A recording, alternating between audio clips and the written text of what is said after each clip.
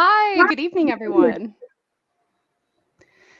Today we are going to be learning about making US resumes, specifically converting curriculum vitae or European and Afghan style CVs to US resumes. So we've invited a hiring manager who reviews resumes every day and hires large quantities of people over at the company Alorica to join us and explain what she looks for in these resumes and what she avoids. And specifically, we'll explain how to structure your resume and how to convert what you are bringing from Afghanistan or whatever country you are coming from, and how to make it appealing on the US job market, how to get hiring managers to notice you and shortlist you as you are applying for jobs. So we have Lindy Bryant. She has been in human resources for almost 40 years, and I'm sorry to age date. That is not my intention. All I am trying to speak to is how greatly we respect your experience and how she really knows what she is talking about. She has seen the industry evolve over the years. She knows what she has worked in a numerous different industries and has hired for IT or manufacturing or healthcare or human resources. She knows what different employers are looking for, and she can help you get noticed. So thank you so much for joining us tonight, Lindy. Thank you, Kat. And good evening. Thanks so much for the invitation to come and talk with you. Like Kat said, I have been in this industry, in corporate recruiting, for a very long time. And I have been in every industry from healthcare to manufacturing to the entertainment industry, a wide variety. But one thing that is consistent is the resume. And I want to talk to you this evening a little bit about what a hiring manager, no matter what industry, what it is that they're going to be looking for. Okay, let's go to the first slide. Okay, first of all, the focus of this evening's discussion is creating your resume. Now, your resume tells a company how you can help them. Okay, that's the purpose of the resume, is to explain to a company what you can bring. And the success of that resume and your job hunt is going to depend on several things. First of all, it depends on your attitude. A positive attitude will show through in how you write your resume, how you present in an interview.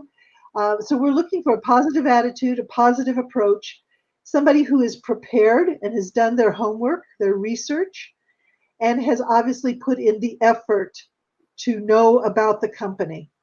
So, how do you succeed? Like I said, first of all, you have to get ready. You've got to do your research. You need to know what companies, what an industry is looking for. You need to get to know the company, do a little bit of homework, and find out about them. Write the resume in such a way that it will be appealing to that industry or that company. And then be prepared to reach out to the hiring manager. Okay, next slide. Okay, so first step, know where you want to go. What are you looking for? What approach do you want to take? And here in the United States, I would encourage you to build different resumes for different career options. For example, if you've been a logistics manager and also have been doing project management, I'd have two separate resumes, one focused on one thing, one on the other. One of the things you need to start with is determining what is most important to you. Is it more important that the company is located near where you currently are? You don't want to leave your current environment? Or is the industry more important, being in a specific career field? Or is the job title? Location, industry, and job title. And I'll be honest with you, the chances are you're not going to get all three. So you have to decide what is most important to you. Then do your research. Start by looking online at various job postings. Let's say, for instance, throughout this presentation, I'm going to just use logistics as an example. Okay.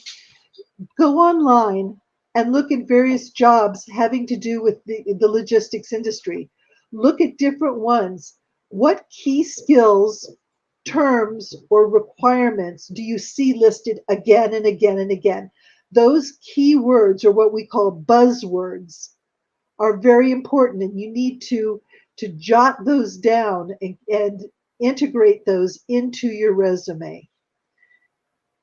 Join social media groups for your area or your industry. If you're going to be in logistics, go online. You're going to find, whether it's on Facebook or in LinkedIn and different social media platforms, you're going to find groups that will focus on either your neighborhood. You may find, if you live in Alexandria, Virginia, go on Facebook, and there are Facebook groups called Alexandria Jobs or Alexandria Human Resources or things of that nature. You're going to find groups that you can connect with and network with. And be sure that your social media profile is up to date and it's positive, that it's upbeat. Okay? Now, one thing that I'm going to refer to several times is your notebook. You should have a notebook that you keep all the dates, all the contacts that you make, any information.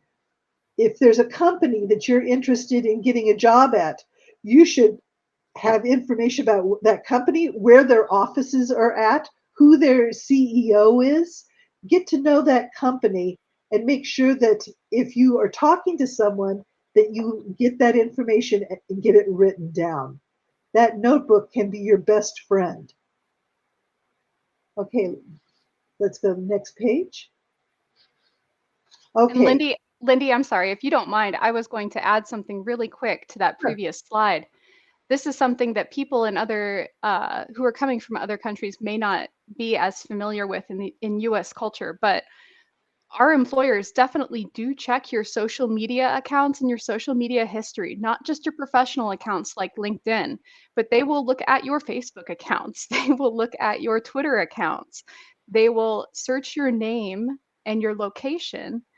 And especially if you have a public account where your posts are visible, but even if you have a private account, but you have a profile picture that they can see, if you have inappropriate things or you have things that they could see as compromising to their company's values, they may reconsider hiring you. So make sure, like Lindy was saying, that your social media has that positive projection of, I would be a great employee here. Mm-hmm. Yep. Okay, so let's talk about the resume itself. What do you include? Okay, your resume should not be more than 2 pages long. Okay, now some of you have a lot more information, a lot more background, and that's great. Keep that information because you may be asked to expand on a resume, or when you go into an interview, they may want you to give them more information at that point. But initially, when you submit a resume, it should not be more than 2 pages long. Now, over at the left, you'll notice a fact, and I think this is something to keep in mind. Hiring managers get hundreds, sometimes thousands of resumes for a position. A hiring manager in the US generally only spends 14 to 15 seconds reading an average resume on an initial screening. Now, they will probably, if you are one of the people that they select based on the initial screening and they get it down to 10 people, then the hiring manager is going to go back and read your resume in a lot more detail. But initially, you have to have that resume very clean and easy to read because that hiring manager is going to go through quickly. So at the top, you have basic contact information. You need to have your name, your address, including your city, state, and your zip code, your phone number, and your email address. That is the stuff that has to be up at the top. Be sure that your contact information is current. and that your voicemail is set up. Now, the reason I say that is because if they try to reach you and they can't, and there's no way for them to leave a voicemail, or they go to text you and your text messages won't go through, they can't hire you. They can't hire you if they can't reach you. So it's very important. Um, and to let you know, companies more and more today text. That may be the first contact you get from them is a text message saying, "We have received your resume and we would like to set up an interview." Okay, so please be sure that when you are looking for a job that you are keeping an eye on your voicemail, your email, and your text. Monitor that, keep an eye on it. Okay, and then after the basic information, then you have your career summary, or what we call an introductory headline. And you don't put introductory headline, but you're going to write a very powerful introductory, maybe 2 sentences or keywords that communicate who you are and the value that you bring to an organization. So you may have heard in the past, we used to talk about having an objective statement, which was saying, this is what I'm looking for. Well, instead of demanding this is what I want, we prefer now that you tell the reader, this is the value and the experience that I can bring to your company. Okay, I have a couple examples here to kind of give you an idea of what we're talking about. For instance, if you were going to be going into HRIS, so an IT type environment within HR, HRIS technology specialist, that's the title that you're giving yourself. Designing robust next generation solutions to meet the HR needs of global manufacturing operations and multinational workforces. Short and to the point, but that right there tells a hiring manager what the focus is and what your experience is.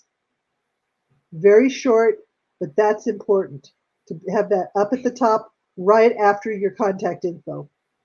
Another example, international logistics manager, 10 years experience developing effective processes and directing complex logistical functions for multi-million-dollar projects. Member of ASCM and certified supply chain professional with expertise in, and here's the keywords, here's these buzzwords, conflict resolution, cost control, and safety compliance. Fluent in 5 languages. Okay, no more explanation than that. But this is that introduction that you're going to give, that it very, very quickly, no more than a couple, 3 lines, gives them a summary of who you are. And Lindy, I love that second one. It's so powerful. It has quantifiable information. It has their years of experience. It has their actual certification. So it has hard skill, hard information about qualifications. It lists that their multilingual qualities, which are so important for our population that we serve, because so many Afghans are linguistically talented. Who, they speak. I Yeah, regularly, it is uncommon for me to run into Afghans who speak fewer than 3 languages. right. And so that's such a powerful bullet to include in that introductory statement, but you don't want to crowd it with Right. listing all of them. So And it fluent in does, 3 languages. yeah, it It's a does great way not to include have to it. be, it does not have to be full sentences. You'll notice that those are sentence fragments, and that's okay. The idea here is get it out there, get it clear and sharp, and move on. Yeah, that's Okay, fantastic. what comes after the career summary? Let's look at the next slide. Next comes either your skills and achievements or your professional experience. And these are kind of interchangeable as to which comes first. Your skills and achievements. It doesn't have to be a separate section. You can just weave those into your professional accomplishments if you want. Or you can have a section for keyword statements, and we'll look at this with some samples later. Now, one thing I do want to note here, having read lots of resumes and dealt with having hired tens of thousands of people over the years, don't exaggerate or overstate your qualifications. This can result in an employer passing you over or actually letting you go if they find out you haven't been honest. So you need to be, absolutely explain your qualifications and give us the very best, but be honest. Yes, I know one of the things that sometimes people can overstate is language fluency. I know that's something that I've run into, that people will say fluent in, or when they are really lightly conversational in. But sometimes employers, when you are in the interview process, will bring in another employee who is fluent in that language and have them have a conversation with you. That's And if you exactly cannot, and if you cannot hold that conversation, then it's not even you don't even have an opportunity to continue in the interview process because of the dishonesty. So it's better to just be straightforward. Yeah. After that then comes the professional experience and accomplishments. Now, the way that should be on there is the job title, the company, and the dates, and the location if you want to add that in. Job title, company name, and dates are the absolute requirements. And this is where you start to integrate those keywords into each position summary. Okay. Now, once you have that job title, company name, and dates, do not put the information in paragraph form. Put it in bullet form. Okay. And no more than 3 or 4 bullets per position, and no more than 2 or 3 sentences in a bullet. A bullet is supposed to be short and to the point. And focus on giving statistics, things like cost savings. How did you help the company save time or money? How did you help your department save its goals? And here's 2 examples. The first one is good. The second one is the same one, but a whole lot better. So good is assisted with the implementation of a new human resource information system, HRIS, to automate the company's recruitment process. That's a good achievement. But a better way of saying it would be worked in partnership with the technology teams to implement a new human resource information system, HRIS, and automate the company's global recruitment process, delivered the project 2 months ahead of schedule and 15% under budget. Okay, now I'm interested as a hiring manager. I'm probably going to bring this up in an interview because I want to know, you were 2 months ahead of the schedule and 15% under budget. Tell me more. You've now got my interest. Yes, and this is something that I bring up so much with our pardon me, I'm so sorry. This is something that I bring up so much with our beneficiaries and our folks that we meet for employment assistance, is the importance of quantifiable bullets, showing the difference that your presence made for the company that you were at, the organization that you were with, and also showing the scope of responsibility that you managed. Quantifying your impact is such a great way to do that. Another point too, those bullets, those 3 or 4 bullets, should be in order of importance. Put the most important achievement first and then go on down. So if you have 3 bullets and your most important thing that you did was, cut the budget by 20% and improve and did this, make that most important one first. Because remember, I've only got 15 seconds to look through this resume. So make sure that if I only look at the first one, it's one that you want me to definitely see. Okay, all right, let's go on. Okay, what else? So after you've put all your job listings in there, then comes the educational information. Your degree, your school name, and its location. Okay? Pretty straightforward. And then licenses and certifications, such as an MBA, that you've got your CPA, you have a teaching license, something like that. Certifications that are relevant to the position. Okay? If you have a beautician certificate, but you're applying for a logistics manager, I don't need to know about the beautician certificate. Just the stuff that is relevant to the position. Also, any clubs, organizations, or projects that you've been involved with, only if it is relevant to the position. Okay? Finally, after that, towards the bottom there, we have some other key information that you can include. First of all, your work visa status. It's going to come up. You need to address it, and the best way is very short and sweet, fully authorized to work in the US. That's all you have to put. They will get around to asking details, but they are not, a company cannot ask for your paperwork until after they've extended an offer. Okay, this is also where you put more information about your languages and fluency. Now, the difference in it, I know some of you use like a bar graph. The bar graph is not something that we really use in the US. It's not something that a lot of hiring managers are going to recognize or understand.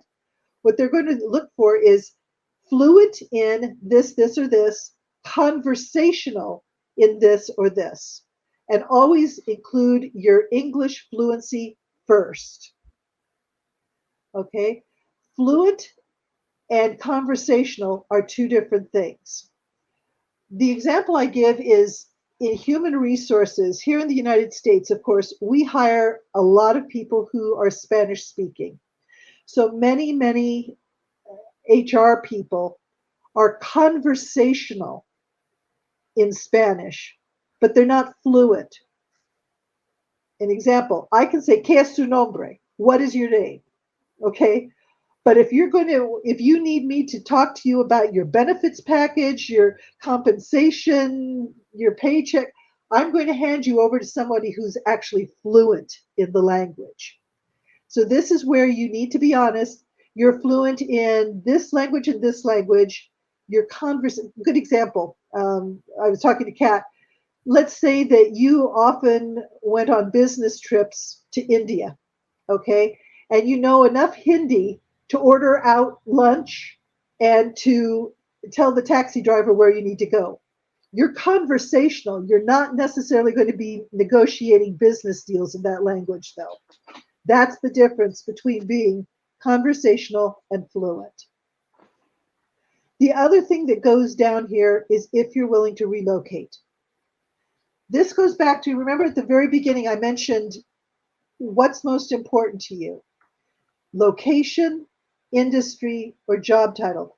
If you really want, for instance, a logistics job, and you're willing to move to another location, this is where you simply put down willing to relocate. That's all you need to put down at the bottom, willing to relocate. If, on the other hand, you aren't wanting to leave the area, don't put anything. Just leave it blank. Okay, let's go to the next slide. Okay, keywords. Now this is something we've talked about. Keywords, or we often call them buzzwords. Most large companies and a lot of smaller companies use resume scanning software within their applicant tracking system. Okay, and that computer automatically looks for specific words and terms.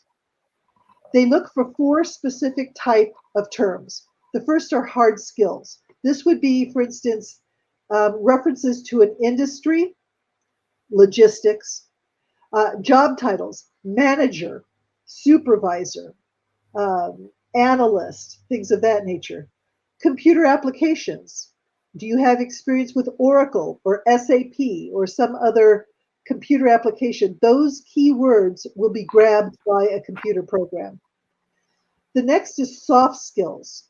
Now, soft skills here means something that is, for instance, project management, conflict resolution, quality, safety, things of that nature. Those are soft skills that you need to make sure are integrated into your resume. Then come degrees, certifications, and affiliations. That includes professional organizations and internships. If you've done an internship in something, this is where you would put that there. Finally, miscellaneous. I've kind of a catch-all. You need to have your city, your state, and your zip code on your resume. The reason is because in many situations, a company only wants to hire somebody who is within what they consider a commuting distance. So they're only going to be looking for people whose zip code is within, for instance, 30 minutes of their office. So this is something that's important to make sure you have on your resume. And be sure to include both commonly used acronyms or abbreviations as well as the full name. Now, the example I have here is HRIS. Now, somebody in HR knows what HRIS is, Human Resource Information Systems, okay? But you would want to make sure that you have both the abbreviation and the full text within your resume so that it's captured by a software program. And Now, I would also, oh, I'm so sorry, Lindy. that's okay.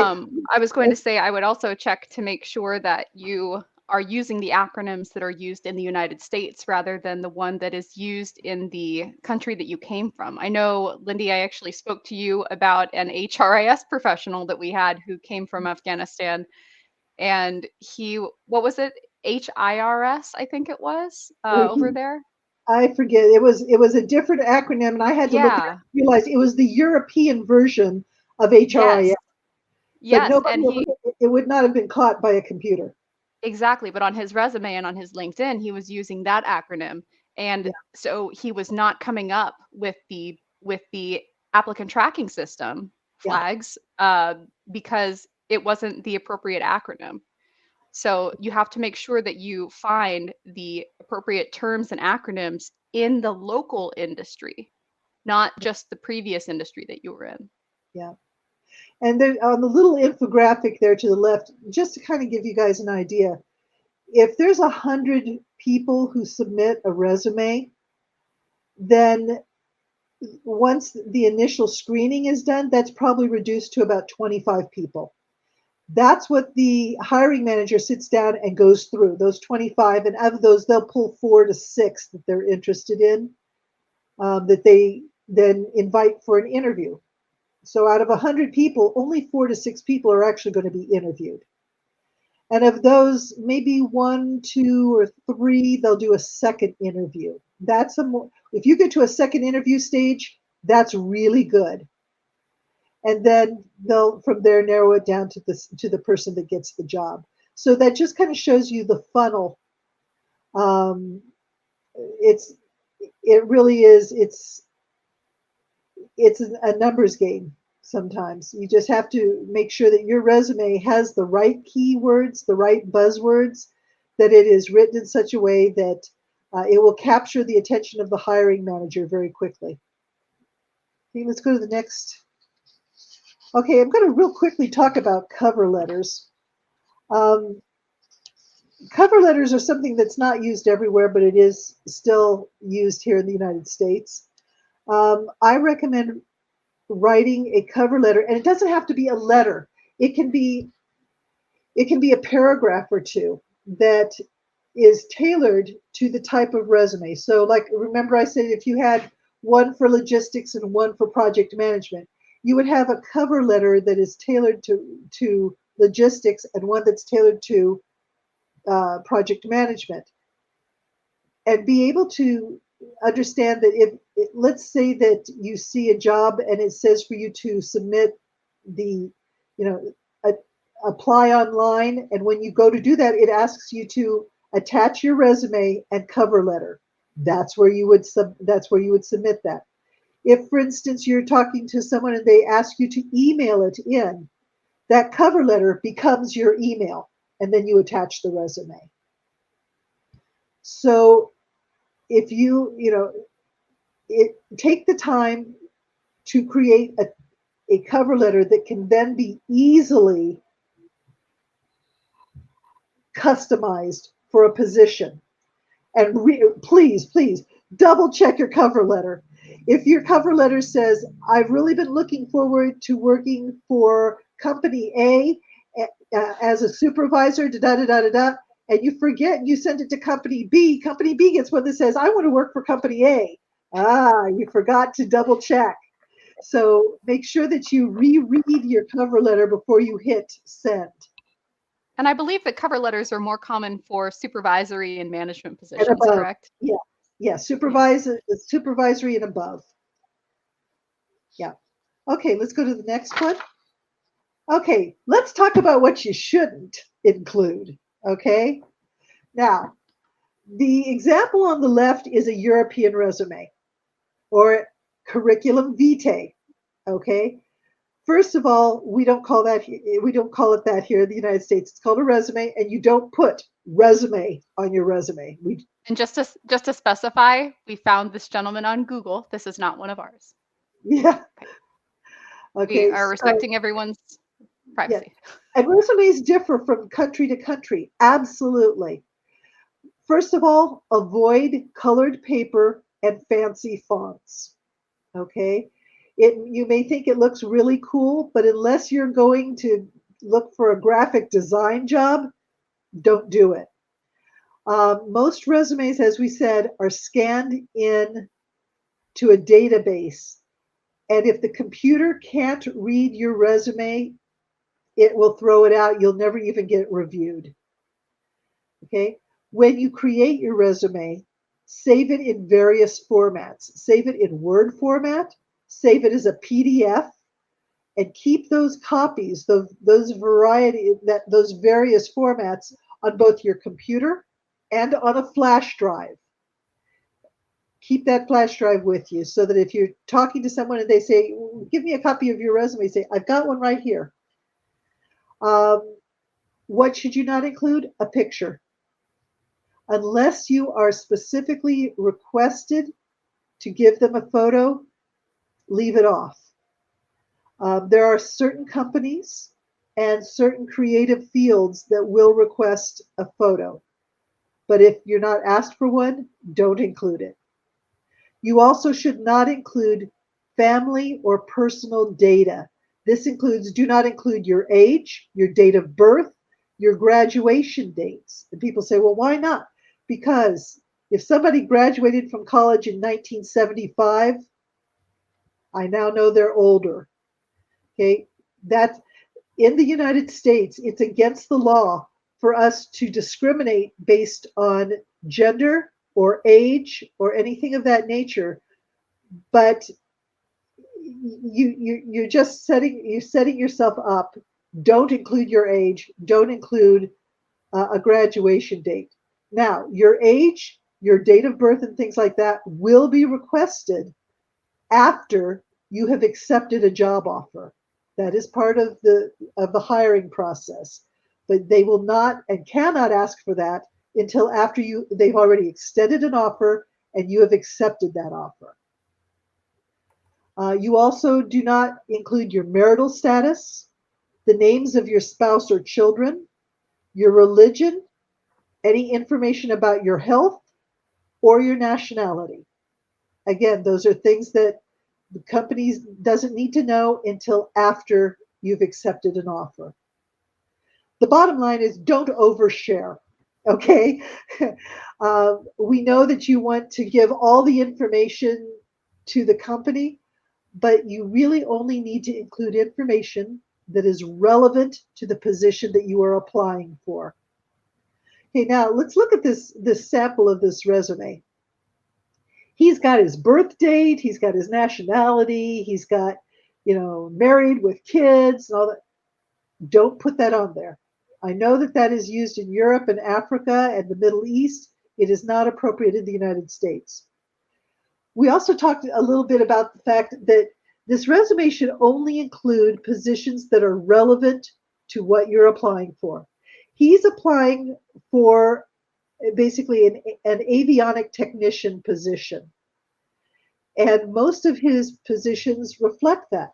But then he says that he worked in an audiovisual retail company, like selling videotapes. It's like, what does that And have to do with this position? and as a quick interjection, an avionic technician, the job he's applying for is someone who works with airplanes. It's like an airplane engineer, an aviation engineer, aerospace engineer.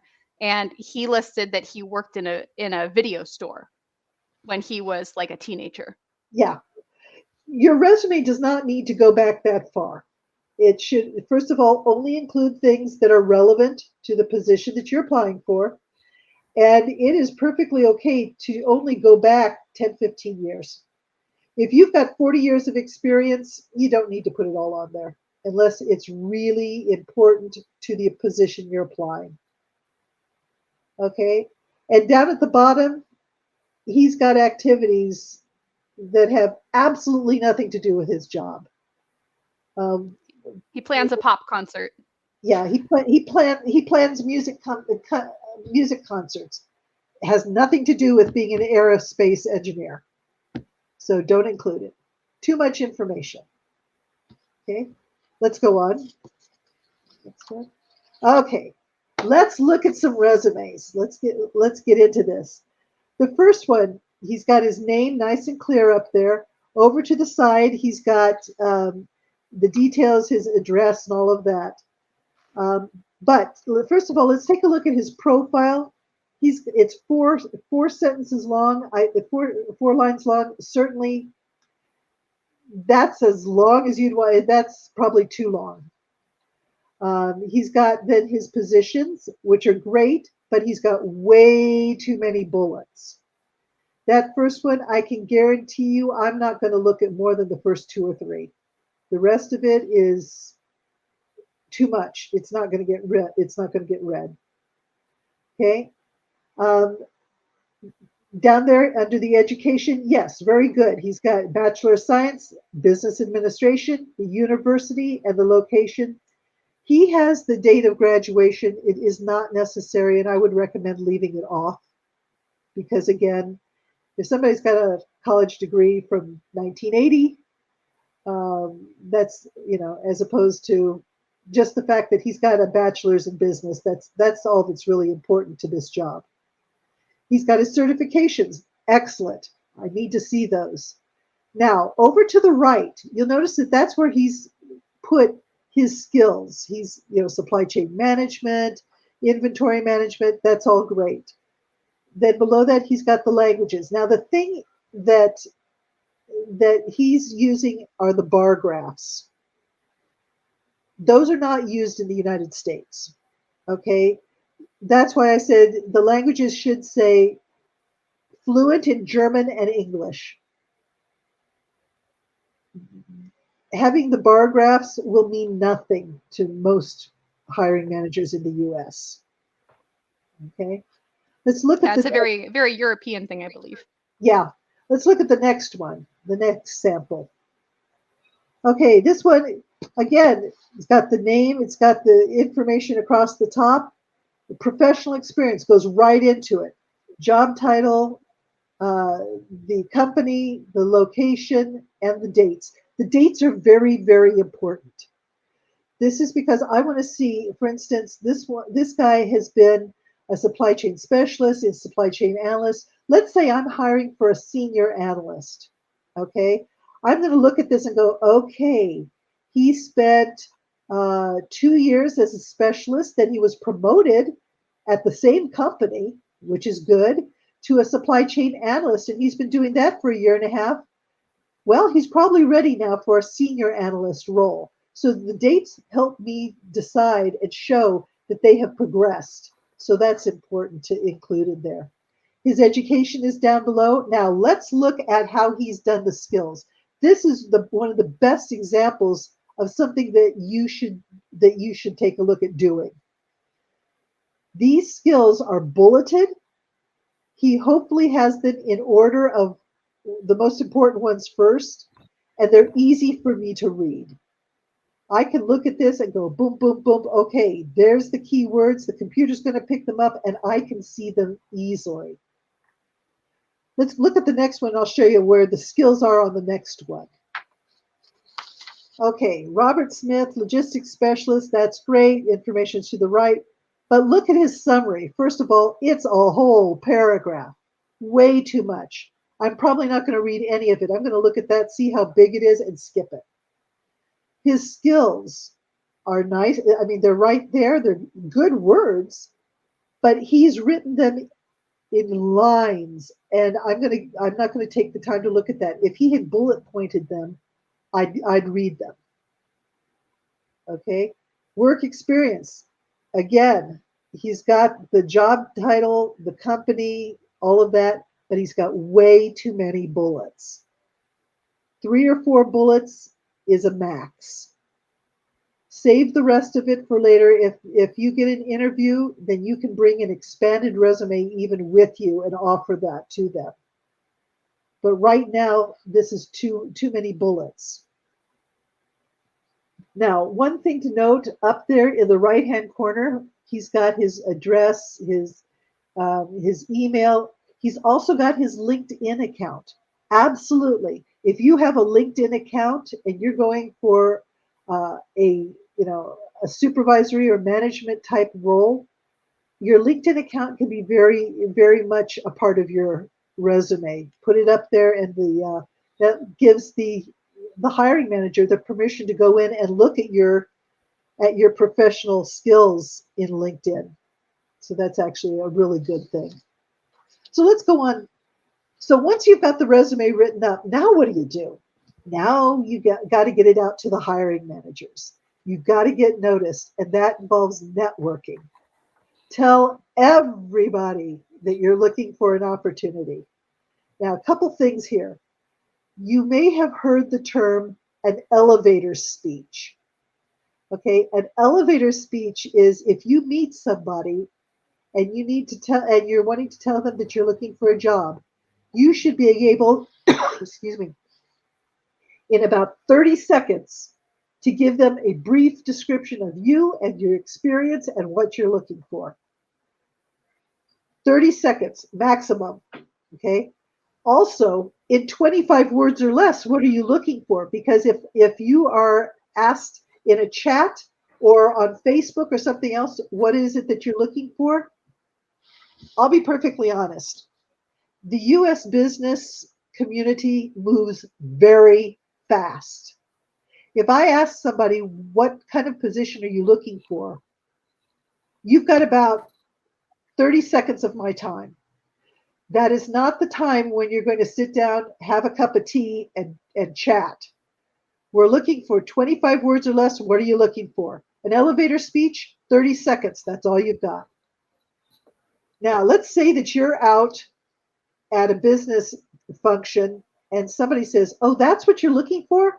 You know, you ought to talk to my friend Mark. He's the hiring manager over at company X. Let me give you his phone number. Okay, you need to be carrying paper and pencil or a phone that you can take notes on. And you're going to jot down, okay, I met Luke at this event and he told me to contact Mark Smith, and here's his email address. Within 24 hours, you need to follow up. You need to be sending an email or a phone call to that Mark Smith and say, hi, Mark, I met your friend Luke, and he suggested that I reach out to you. And here's where you put your 25 words or less. My background is in this, this, and this, and I'm looking for this type of position. Would love to an opportunity to sit down and talk with you further. Here's my contact information. And it's so important to mention that mutual contact, because if you just go, hey, I'm looking for a job, they're going to say, I don't know you. But if you say, your friend Mark let me know and gave me your contact information, then it's, oh, I like and respect Mark. Okay, sure, let's talk. Yeah. And then that opens the door. You remember at the very beginning, I talked about that notebook that you're going to be keeping notes in. This is where you would put down, met this person at this event. He referred me to his friend so and so, sent an email to him on this date. So that if Mark now gets back to you and says, "Oh, yeah, you met Luke at that event? Yeah, I'd be glad to sit down and chat with you." You're going to write that down. You're going to keep track of all that in that notebook. And you're going to tell all your friends and acquaintances, whether it's at your mosque or your gym or your nail salon or wherever, tell everybody that you're looking. You never know how you're going to get connected to a job. I have gotten jobs in the most wacky ways. You're talking to somebody when you're out horseback riding, and the next thing you know, you're at an interview from somebody whose sister works at some company. So I tell got a everybody. job. I got a job walking through a grassy area because I saw children playing and I thought it looked fun. So I walked over and I was like, "Who are these children?" They said, "They're at a camp." And I said, "Can I work at the camp?" And they said, "Sure." And they gave me a job and I worked there for 2 years. Yeah, yeah, and and ask if jobs are available when you're out and about. Your perfect job may not be the job you get first. Okay, good example. When we had a dip in the economy at one time, I was looking for a job. I went and worked at a bookstore. At that bookstore, I met a person who got me an HR job at a company that I stayed at for 3 years. But I met that person working at a bookstore. So ask at a bookstore, at theaters, at Walmart, a restaurant, any place that has a sign that says now hiring, you need to be talking to them. Yes, and this is something that we talk to our beneficiaries about. There's a difference between a survival job or what we call an interim job and your career path.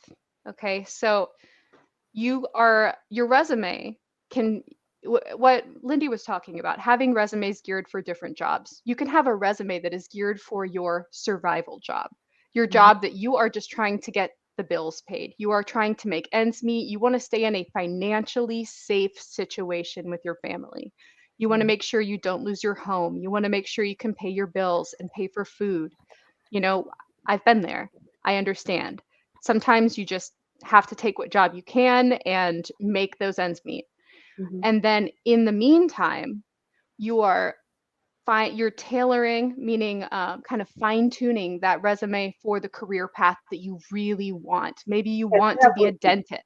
Yeah, maybe you want to be a dentist. Maybe you want to be a teacher. Maybe you want to change your licensing over to the US because you already had a job you really liked in Afghanistan. And you're like, oh man, it's $3,000 in 6 months for me to relicense here. But that's something you can work toward when you already have the survival job. Yeah. So don't be afraid to get a job. If you get a job that is below your normal standards, okay, it does not mean you are stuck there forever and that is now your new career. It means that you are being kept financially safe and that your family is being kept in a home. That Yeah, is what it means. a good example. I had been working in HR and recruiting for close to 20 years, and the company that I was with went out of business. I had a child to support and I had rent to pay, so I went with an entry level HR job. It was a contract. It wasn't even full time. It was contract for 3 months, but it paid the bills. It was an entry level position. But in working there, I met someone who referred me to my next job.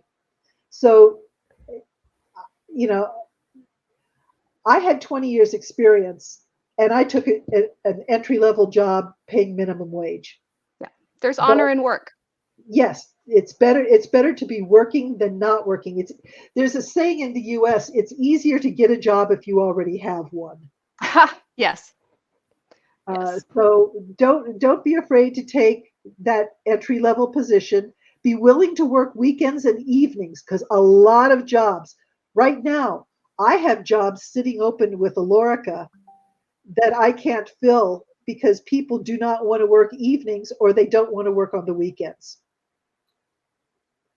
So there are jobs sitting there waiting for people who have that flexibility, who are adaptable. Don't be afraid to take a temp job or a seasonal job because that can turn into a full-time, long-term job. Look at temp agencies. Uh, I've gotten jobs that were long-term jobs from starting at a temp agency and doing a really, really good job.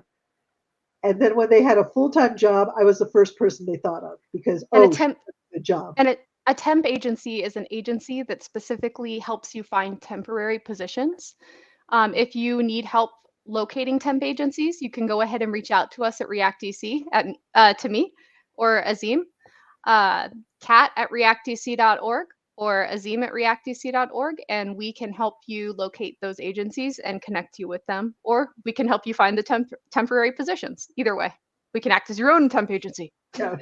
And part of the networking too, remember I mentioned having on Facebook or whatever, joining the groups. Attend every single job fair that you can, every hiring open house that companies hold. Go. If nothing else, it's good experience interviewing. Um, Attend town fairs. Watch for bulletin boards in different companies, in different, even things like laundromats and grocery stores will have bulletin boards where companies will post jobs. And your apartment complex, Mason Yeah, at Van Doren, they have job postings sometimes at the community center. So and at the buildings. So keep your eyes check open. your local chamber of commerce. They will have a whole listing of jobs as well. So lots of places to look for that job. Um, don't be afraid to explore an industry that you haven't been in before. That'll do nothing except teach you new skills, and that's a good thing. Even if it's not a skill that you think is one that you want to stay in long term, doesn't hurt to learn something new. Okay, let's go to the next one. That's it. All right. So thank you so much. I and Kat and Azim will know how to reach me if you have questions. I would be more than happy to answer them. Um, like I said, I'm a talent acquisition manager with my company. It's called Alorica. We are a call center and we are always hiring for individuals. So if you ever want to go to our website, alorica.com, look at the careers section. We have both work at home jobs and on location jobs. So thank you very much for your time. Yes, and I know that Alorica has actually hired some of our Afghan newcomers. Yes. So they do work with folks who have your visa status, Mhm. and don't be afraid to apply. They are open to it, especially if you are bilingual, if you speak English and then you also speak Dari or Pashto or Hindi or Turkish or Urdu or any of those. They would love to have you. So, Yep. Yep. okay. Well, Well, thank you thank you so much for joining us, Lindy. Well, and thank you for having me. And I hope everybody finds the job that they're looking for as quickly as possible. So thank you. Thanks so much. Have a great evening.